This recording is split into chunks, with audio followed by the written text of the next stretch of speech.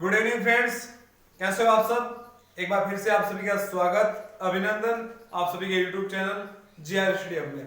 दोस्तों, हमारा जो पिछला सेशन चल रहा था जिसमें हम राजस्थान के इतिहास में जो हमारे बच्चे दो क्लास है, जिसमें एक बीकानेर का इतिहास बचा है और एक हमारा बच्चा है जो बाटी राजवंश बचा है।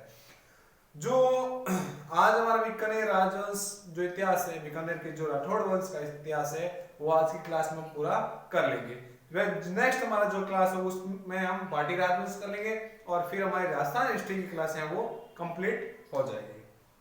अब दोस्तों हम बात करें मुख्य मुद्दे की कि हमने आमेर का इतिहास पढ़ लिया था, मारवाड़ का इतिहास पढ़ लिया था, मेवाड़ का इतिहास पढ़ लिया था और चौन वंश पूरा हमने पढ़ लिया था।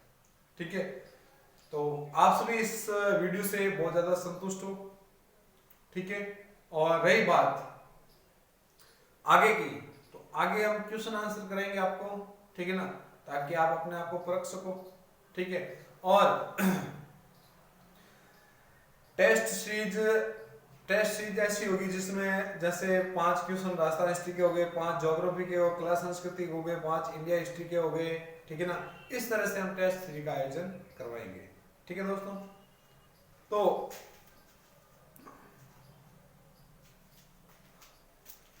आज तक का हमारा जो सेशन वो चलेगा बीकानेर के राठौड़ वंश का। अभी तक आपने इस वीडियो को लाइक शेयर सब्सक्राइब और हमारे चैनल को नहीं किया तो फटाफट जल्दी से जल्दी कर दो। और आज इस चैनल पर आप पहली बार हो तो इस चैनल को जरूर सब्सक्राइब करना और शेयर तभी करना जब आपको ये वीडियो पसंद आए दोस्तों। ठीक है ना, पसंद यदि आपको नहीं आता है तो आप हमें कमेंट बॉक्स में बता सकते हो कि सर हमें ये चीज पसंद है, नहीं आई है, क्योंकि ये आपका अधिकार है। देखो दोस्तों, आप हमें मारवाड़ी में क्या शंका नहीं रखना है कि एक तो खाना में हमको राख गयो तो नींद नहीं आवेला और पढ़ने में हमको राख गयो तो कमजोर रहने वाला सिलेक्शन नहीं होगा। तो आपको किसी प्रकार का कोई संकोच नहीं रखना है।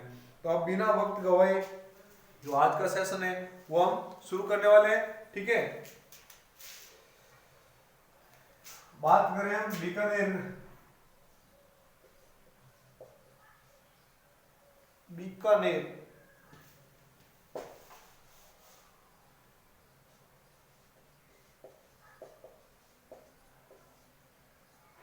बीकानेर का इतिहास। पहले इस बीकानेर शब्द को पहले क्या कहते थे? जांगल प्रदेश। जांगल प्रदेश के नाम से जाना जाता था। कौन सा? बीकानेर वाला जो क्षेत्र है वो जांगल प्रदेश के नाम से जाना जाता था। ठीक है ना, अब इस पर किसका अधिकार होता है, कौन आता है, वो सारी बातें हम एक एक करेंगे कंप्लीटली। ठीक है ना, राव जोधा का पुत्र बीका। ठीक है, याद रखना, वेरी इंपोर्टेंट है ये। बीकानेर जो, तो दोस्तों बीकानेर में बीका में इंपोर्टेंट है ये, क्योंकि ये राव जोधा कहां से संबंध है इसका? मारवाड़ से। कहां से संबंध है इसका? मारवाड़। कहा जाता है एक बार बीका अपने काका के साथ बैठा था, ठीक है ना, और किसी बात से ये जो जोधा है नाराज हो जाता है बीका से, और बीका यहाँ से मारवाड़ छोड़ के कहां चला जाता है? ये हमारा राजस्थान, ये है मारवाड़। ठीक है ना, बीका यहां से निकलता है उत्तर की साइड। ठीक है, एक स्थान आता है कोडम देसर। ठीक है ना, इस स्थान को अपने प्रारंभिक जो अपनी रियासत है, जो अपना राज्य स्थापित करता है 1465 में, कौन? बीका। ठीक है ना, और इसको कहते हैं बीकानेर के राठौड़ों की प्रारंभिक राजधानी। बीकानेर के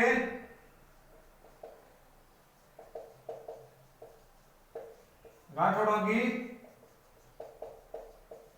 प्रारंभिक राजधानी। ठीक है, बीकानेर के राठौड़ों की प्रारंभिक राजधानी कौन होती है? ये कोडम देसर। ठीक है ना, कब बनी थी? 1465 में। लेकिन यहां पर भी इनका कोई सही पूर्ण रूप से, क्योंकि आसपास स्थानों से भी इनको खतरा था। तब एक इसके आगे एक स्थान आता है रतिसार। वहां पर बीकानेर राज्य की स्थापना करते हैं कौन? बीकानेर की स्थापना कब होती है? 1488 में, यानी इसके जस्ट 23 साल बाद, 23 वर्ष बाद। काफी बार क्वेश्चन आ गया है कि बीकानेर कितने समय, मतलब जो अपनी राजधानी है यानी बीकानेर को स्थापना करने में उसको कितना समय लगा था? तो 23 वर्ष का समय लगा, ठीक है ना। तो 1488 में, ठीक है ना, किसकी सहायता से? करणी माता, करणी माता राव जोधा और बीका के समकालीन थी, ठीक है ना, क्योंकि जोधा ने इस जोधपुर दुर्ग की नींव भी करणी माता के हाथों से ही रखवाई थी। याद है ना आपको? ठीक है, बिल्कुल याद है। तो करणी माता इनके समकालीन है, किसके? बीका के समकालीन, ठीक है। बीकानेर की स्थापना हो जाती है 1488 में। कब होती है? वैशाख शुक्ल, वैशाख शुक्ल तृतीया, और इसी दिन को कहते हैं क्या? आका तीज। इसी दिन को कहते हैं अबूझ सावा, ठीक है दोस्तों। आका तीज, आका तीज से आप बच के रहना, बहुत जल्द आने वाली है, ठीक है ना, क्योंकि इस दिन मुहूर्त की जरूरत नहीं हो, किसी पंडित को पूछने की जरूरत नहीं होती है, ठीक है ना। तो इस दिन अधिकांश लोगों के जो घर बस जाते हैं, ठीक, घर कैसे बनते हैं, मतलब आका तीज को अबूल सावा होता है। सावा की नहीं, आप विवाह में, शादियां में सावा आया करें, नहीं गया करें सावा, ठीक है नहीं। तो अबूल सावा मतलब कहीं से भी आ सकता है आपके लिए, ठीक है ना। तो आप तैयार रहना इस युद्ध को झेलने के लिए, ठीक है दोस्तों। तो अबूझ सावा याका तीज कब मनाई जाती है? वैशाख शुक्ल तृतीया को। उसी दिन मनाया जाता है क्या? बीकानेर दिवस। बीकानेर दिवस कब मनाया जाता है? आका तीज के दिन, ठीक है दोस्तों। अब जब बीकानेर नई रियासत, नया राज्य बना लिया, ठीक है ना, तब भाई राव जोधा का पुत्र है तो अधिकार तो इसका भी है। तब इसने कहा था राव जोधा से कि मुझे यहाँ से भी कुछ चाहिए। तो जोधा ने कहा भाई देख, तारक ने नई रियासत बना ली, राजो बन गो है, काम तारक रहा है, ठीक है नहीं, अब और कहीं ले, ठीक है। तो इन्होंने कहा एक और बस नहीं, एक शर्त है मेरी कि आपकी जो तलवार और छत्र है वो मुझे चाहिए। तो राव जोधा ने वो शर्त मान ली, लेकिन इनके जो बाद के शासक है सरदूल सिंह, इन्होंने देने से मना कर दिया। तो बीकानेर ने, इस बीकानेर जोधपुर को घेर लेते हैं और सरदूल सिंह की माता की सहायता से ये जो छत्र और तलवार किसको देते हैं? बीकानेर को, सॉरी बीका को। और इसकी पूजा होती है कब? विजयदशमी के दिन,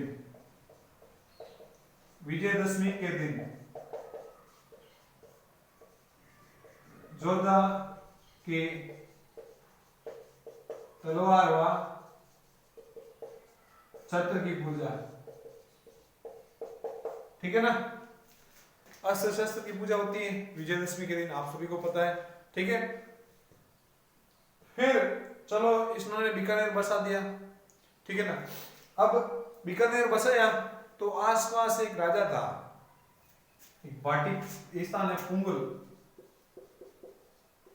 पुंगल का है भाटी राजा।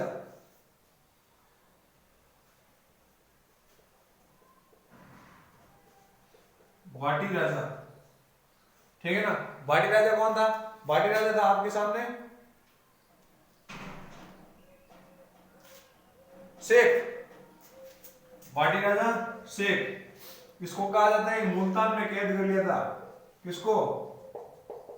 मुल्तान में कैद। इसकी एक पुत्री थी रंग गौरी। तब कहा जाता है करणी माता ने इसकी राजा शेख की पत्नी से कहा था कि भाई आपकी लड़की की शादी किसके करवा दो? बीका से। तब इसने कहा कि क्या शादी क्या करे, मेरा तो पति यहाँ वहां पर कैद है। तब कहा जाता है कि करणी माता ने चील का अवतार लेकर, करणी माता का अवतार है चील, ठीक है ना, कि चील का रूप धारण करके इसको छुड़ाया था। कहां से? मुल्तान से। लेकिन इतिहासकार इस बात को नहीं मानते, इतिहासकार बात मानते हैं कि बीका ने इस भाटी राजा शेख को वहां से मुल्तान से छुड़ाकर लेकर आए थे, ठीक है दोस्तों। यहां तक समझ में आ गया, ठीक है। अब इस उत्तर साइड में, बीकानेर के उत्तर साइड में किसका शासन था? गंगानगर हिमालय वहां पर जाटा का यानी चौधरी का वहां पर शासक था। तो एक स्थान आता है, एक स्थान कौन सा आता है? एक स्थान आता है शेखसर।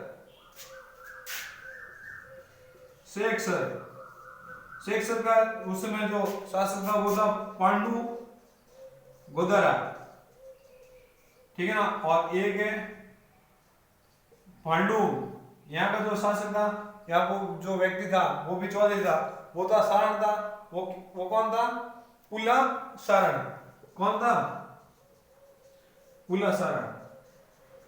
तब इसने इस पांडु गोदरा ने सहायता मांगी किससे? बीका से, और बीका ने इसकी सहायता की थी और इनका जो संघर्ष था आपस में वो समाप्त हुआ। और उसके बाद एक परंपरा शुरू हो गई थी। परंपरा क्या शुरू हुई थी कि बीकानेर के शासकों का राज तिलक शेखसर के गोदरा द्वारा किया जाएगा, ठीक है ना। तो ये परंपरा शुरू हो गई थी। कब परंपरा शुरू हुई थी? जब इस पांडु गोदरा ने सहायता मांगी थी बीका ने इसकी सहायता की, तब इनका जो राज तिलक है इनके हाथों से शुरू हुआ था, ठीक है ना। जो बाद में जो भी शासक बने थे जिनका राज तिलक यहाँ के गोदरा वंश से संबंधित व्यक्ति ही करते थे। तो हमने पढ़ा था क्या? बीकानेर का इतिहास पढ़ा था हमने, शुरू किया था, ठीक है ना। बात करें किसकी? जोधा के पुत्र की, ठीक है। जोधा का पुत्र का नाम क्या है? बीका, ठीक है ना। और ये बीका मारवाड़ से जाता है, मारवाड़ से कहां जाता है? कोडम देसर, ठीक है ना।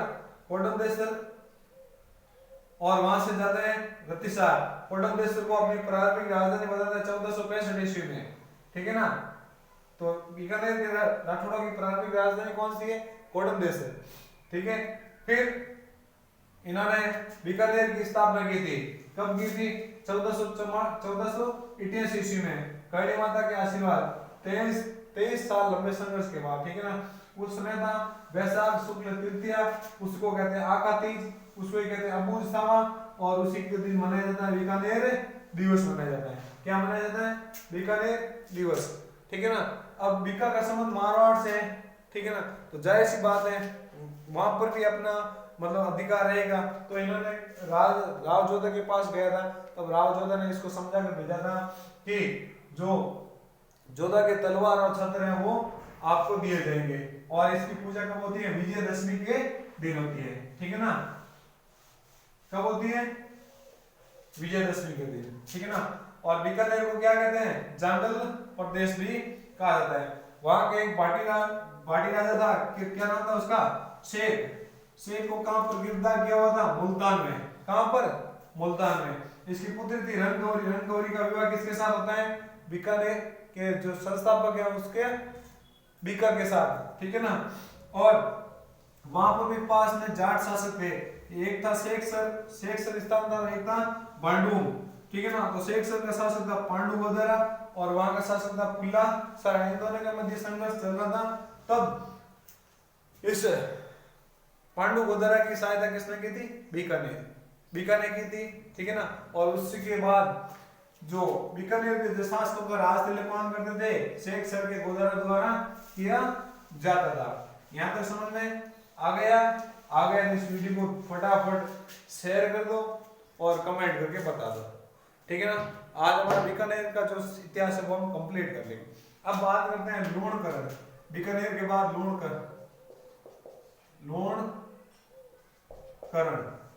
लोणकरण से कुछ याद आया? लोणकरण सर झील, ठीक है ना। लोणकरण सर झील। अब इसी को कहा जाता है कलयुग का करण, और एक आता है राजपुताने का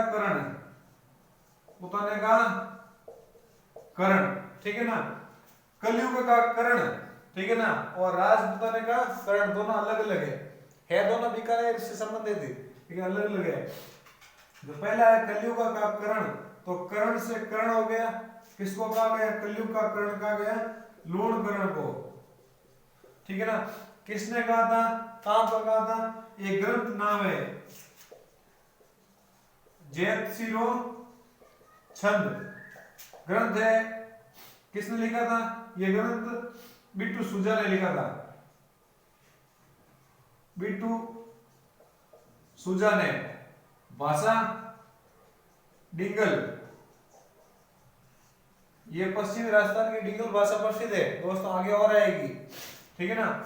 डिंगल भाषा में लिखा था, किसने लिखा था, बिट्टू सुजा ने। बिट्टू सुजा किसका दरबारी था, जयत सिंह का दरबारी था,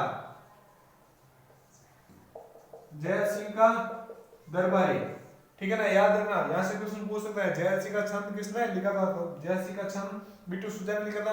बिट्टू सुजा कौन था, जयत सिंह का दरबारी कवि था, ठीक है ना। किसने कहा था, कलयुग का कर्ण लूणकरण को कहा था, ठीक है। अब राजपूताने का कर्ण, राज से राजपूत और राज से राय सिंह,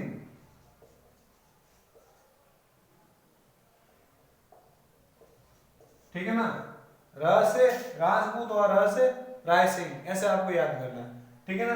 तो लूणकरण सर हो गया, यहाँ समझ में आ गया, फटाफट स्क्रीनशॉट ले लो, फिर आगे बढ़ते हैं।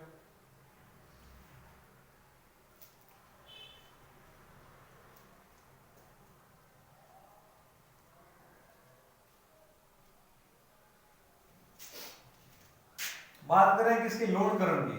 लूणकरण सर झील, इसको कहा गया कलयुग का कर्ण, जिसका ज्यादा उल्लेख है नहीं, ठीक है ना। किसने कहा गया, जयत सिंह का छंद किसने लिखा, बिट्टू सुजा ने लिखा, किस भाषा में लिखा, डिंगल भाषा में लिखा, ठीक है दोस्तों। जल्दी जल्दी लिखना, एकदम इंपोर्टेंट है नहीं, ठीक है। अब बात करते हैं हम जयत सिंह की, ठीक है ना। जयत सिंह के बारे में हमने वर्णन किया था कब, मारवाड़ के इतिहास में। मालदेव ने इस पर आक्रमण किया था, मालदेव ने इस पर आक्रमण किया, कब किया, महोबा पहोबा युद्ध में,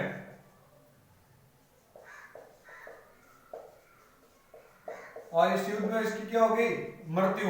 इसके बाद इसका जो शासक है, इसका जो बेटा है कल्याण सिंह, ये कल्याण सिंह चला जाता है कहाँ, अकबर के पास, अकबर के पास, ठीक है ना।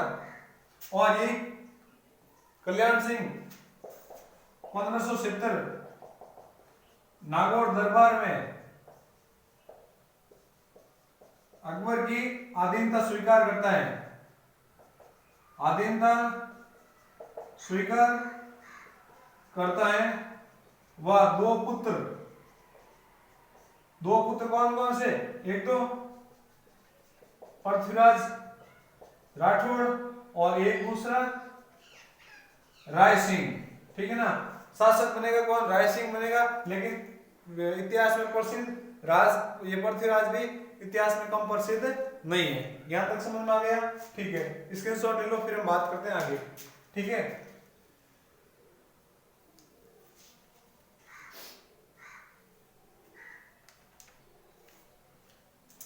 बात कर रहे हैं हम जयत सिंह की, किसकी कर रहे हैं, जयत सिंह, ठीक है। जयत सिंह, मालदेव ने इस पर आक्रमण किया था, कब किया था, महोबा पहोबा के युद्ध में, और इसकी हो गई मृत्यु, ठीक है ना। और उस समय कल्याण सिंह इसका बेटा उस युद्ध में साथ है, लेकिन चला जाता है अकबर के पास, ठीक है ना। और 1570 नागौर दरबार में करता है कि अधीनता स्वीकार, ठीक है ना। नागौर दरबार में अधीनता स्वीकार कौन करता है, कल्याण सिंह, बीकानेर का प्रथम शासक, ठीक है ना। और अपने दो पुत्रों की नियुक्ति करता है मुगलों के दरबार में, किसकी, पृथ्वीराज राठौड़ और राय सिंह की, ठीक है ना। अब अकबर, अब बात करें पृथ्वीराज राठौड़ की, पृथ्वीराज राठौड़, अकबर ने इसे गागरोन की जागीर दी थी। गागरोन, गागरोन कहां है, झालावाड़ की जागीरी दी थी। और इसी गागरोन किले में, ये है किला, ठीक है ना, इसने एक ग्रंथ लिखा था, इसने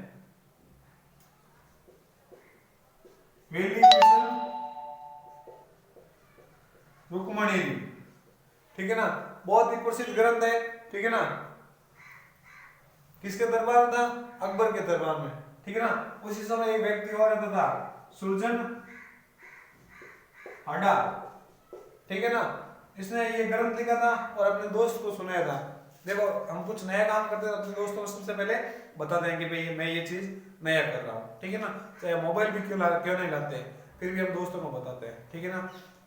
एक टी शर्ट लेकर आ जाते हैं ना, वो भी बताते हैं कि भाई फेयर एंड फोटो खींच भेज दो कि भाई क्या पसंद आयो को नहीं थाने, ठीक है। तो दोस्तों को पसंद आना जरूरी है, इसलिए पृथ्वीराज ने भी ये ग्रंथ लिखा था और इसको बोला था कि आप इसको पढ़ के देखो कि कैसा है, ठीक है ना। तब इसने ये ग्रंथ पढ़ा था और इसने क्या कहा था कि ये तो है पांचवा वेद, ठीक है ना। कौन सा ये? पांचवा वेद और 19वां पुराण, यानी आपने इतना अच्छा ग्रंथ लिखा है कि इसको वेद और पुराण का दर्जा भी दे सकते हैं, ठीक है दोस्तों। और ये किस भाषा में था? पिंगल। और पृथ्वीराज को क्या कहा जाता है?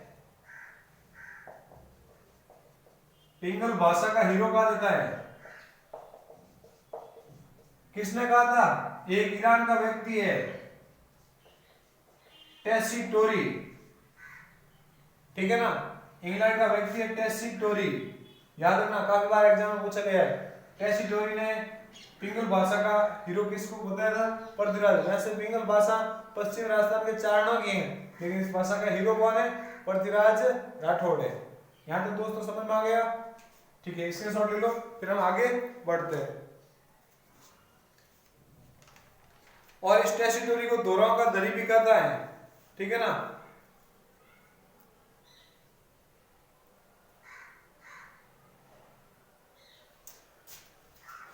पृथ्वीराज राठौड़, ठीक है ना। अकबर ने इसको पसंद होकर कौन सी जागीर दी थी? गागरोन। कहां पड़ता है? झालावाड़, ठीक है ना। और इसी गागरोन किले में दिल्ली कृष्ण रुक्मणी की रचना की थी, जिसको सुरजन हाडा ने कहा था पांचवा वेद और 19वीं पुराण, क्योंकि 18 पुराण का रचना पहले हो चुकी थी, 19वां पुराण इसको बताया गया है। ये ग्रंथ किस भाषा में था? डिंगल भाषा में था दोस्तों, डिंगल, ठीक है ना। डिंगल की जगह आप डिंगल कर देना। डिंगल भाषा का हीरो कौन है? पृथ्वीराज राठौड़। किसने कहा था? ईरान का एक व्यक्ति है टेसिटोरी, ठीक है। अब बात करते हैं राय सिंह। राय सिंह ये दो मुगल बादशाह के समकालीन था, के समकालीन। कौन कौन? एक तो अकबर और दूसरा जहांगीर, यानी अकबर का भी बहुत ही खास आदमी था, तो इसको कहते हैं मुगलों का स्तंभ, मुगल साम्राज्य का स्तंभ, ठीक है ना। और अकबर ने जब इसको जोधपुर का सूबेदार बनाया था, जोधपुर का सूबेदार नियुक्त किया, ठीक है ना। और इसने किले का निर्माण करवाया था, जूनागढ़ किला, क्योंकि अभी तक मारवाड़ के शासकों ने अभी तक उनके पास कोई बड़ा किला का निर्माण नहीं हुआ था। जूनागढ़ किले का निर्माण किसकी देखरेख में? करमचंद, इसका जो सेनापति था, की देखरेख में, ठीक है ना। जूनागढ़ किले का निर्माण किसकी देखरेख में करवाया था? करमचंद, ये इसका एक सेनापति था, ठीक है दोस्तों। तो इसकी देखरेख में इसने क्या करवाया था? निर्माण करवाया किसका? जूनागढ़ का। और इसको कहते हैं जमीन का जेवर, जमीन का जेवर। जमीन का जेवर किस दुर्ग को कहते हैं? बीकानेर के जूनागढ़ किले को। यहां तक समझ में आया, ठीक है। स्क्रीनशॉट ले लो, फिर आगे बढ़ते हैं। फटाफट स्क्रीनशॉट ले दो। ये क्लास आपको समझ में आ रही है तो फटाफट इसको लाइक शेयर कर दो, ताकि हम जल्दी से जल्दी जो हमारा जो नेक्स्ट जो काम है हमारा, आप जितना ज्यादा शेयर करोगे, जितना ज्यादा सब्सक्राइबर मिलेगा, हम उतने जल्दी आपके सामने टेस्ट सीरीज ज्वाइन करेंगे। अब हम बात करेंगे आगे का जो शासक है करण सिंह। बीकानेर मतलब रायसेन के बाद इसने 2 मुगल बादशाहों के समकालीन सेवा की थी। कौन कौन सा? एक तो अकबर और दूसरा जहांगीर। ठीक है दोस्तों, और इसको कहा जाता है मुगल साम्राज्य का क्या कहते हैं? स्तंभ कहते हैं। क्या कहते हैं? स्तंभ। और इसको जोधपुर का सूबेदार नियुक्त किया था किसने? अकबर ने। और जूनागढ़ किले का निर्माण करवाया था इसने। जूनागढ़ दुर्ग के निर्माण किसने कराया था? रायसेन ने कराया था। किसकी देखरेख में? करमचंद सेनापति है इसका, उसकी देखरेख में इस किले का निर्माण करवाया गया था। और इस किले को क्या कहा गया है? जमीन का जेवर कहा गया है। अब बात करेंगे हम आगे करण सिंह। करण सिंह, इसके समय 1644 ईस्वी में एक घटना घटित हुई थी नागौर में। मथिरे की राड़, जो मैंने आपको मारवाड़ के इतिहास में पढ़ा दिया था, बार बार पढ़ाने की जरूरत नहीं है, आप मारवाड़ के इतिहास में जाके देख सकते हो। ठीक है, मथिरे की राड़ में करण सिंह की विजय होती है और अमर सिंह की हार होती है। ठीक है ना, इन दोनों के मध्य होता है ये कौन सा? मथिरे की राड़ का युद्ध होता है। ठीक है ना, 2 पड़ोसियों के बीच का झगड़ा राजाओं तक पहुंच जाता है। ठीक है ना, तो करण सिंह के बारे में इतने उल्लेख है। ठीक है ना, अब हमारा जो नेक्स्ट हमारा जो शासक है वो है अनूप सिंह। ठीक है ना, कौन है? अनूप सिंह। ठीक है ना, अनूप सिंह के समकालीन शासक कौन आता है? औरंगजेब।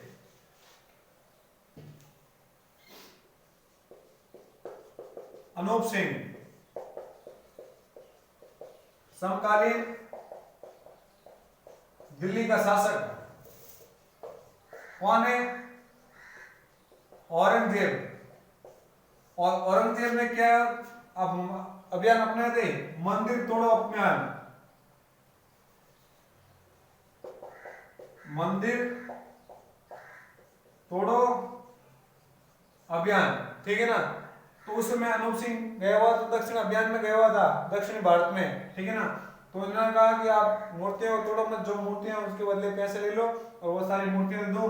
तो इन्होंने बनाया था 33 करोड़ का मंदिर, 33 करोड़ देवी देवताओं का मंदिर बनाया था, देवताओं का मंदिर।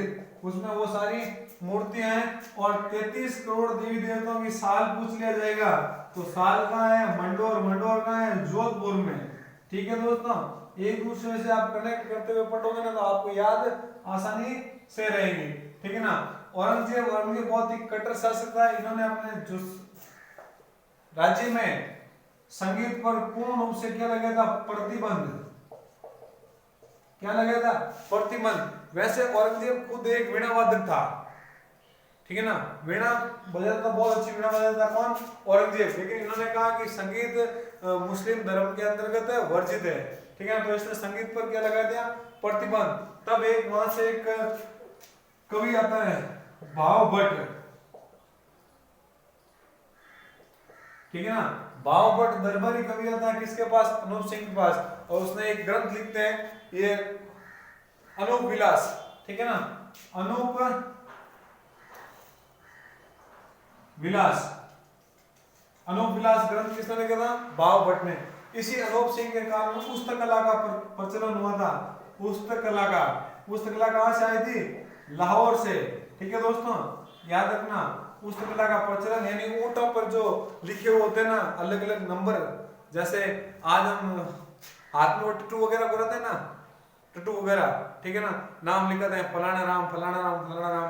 आजकल तो पता नहीं कैसे कैसे चित्र बनाते हैं, अजीब गरीब चित्र बनाते हैं वो। ठीक है ना, लेकिन उस समय पुस्तकला जो ऊंटों की खाल पर ये बनती थी।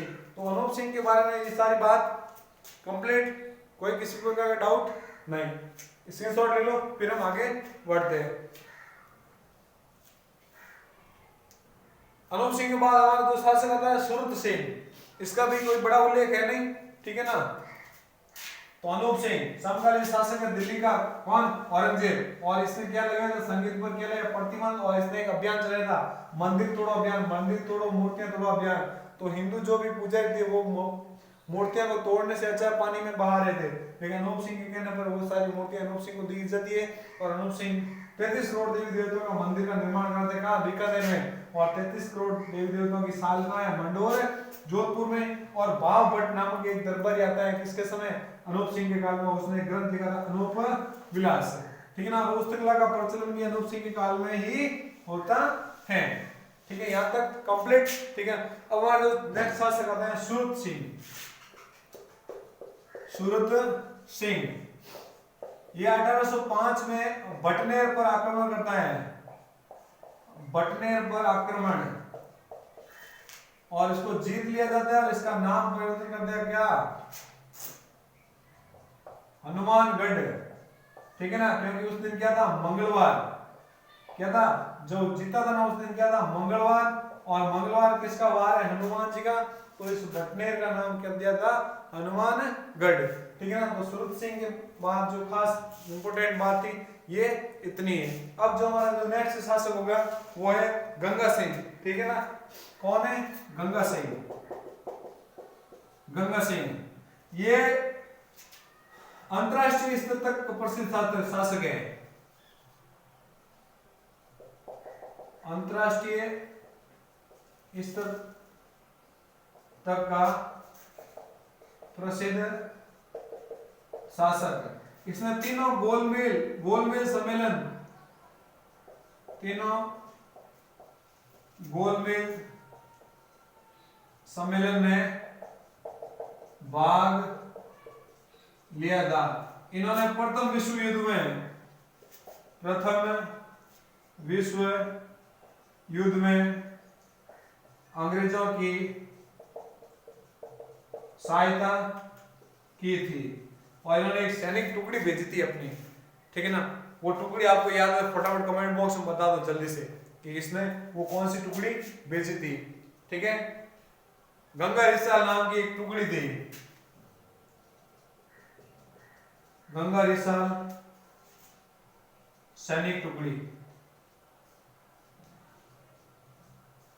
यानी बीकानेर से, मतलब प्रथम विश्व युद्ध में अंग्रेजों की सहायता के लिए इसने एक सैनिक टुकड़ी भेजी थी, ठीक है दोस्तों। इसी को कहा जाता है राजस्थान का भागीरथ।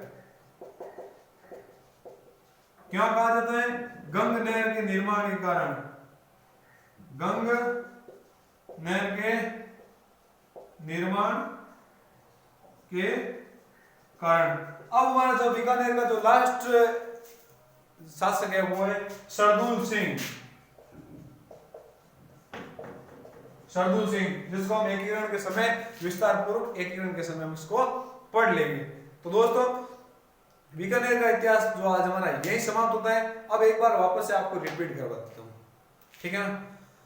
बीकानेर की स्थापना कौन करता है, राव बीका करता है 1488 में। उसने वैशाख शुक्ल तृतीया आकातीज के समय करणी माता के आशीर्वाद से, ठीक है ना।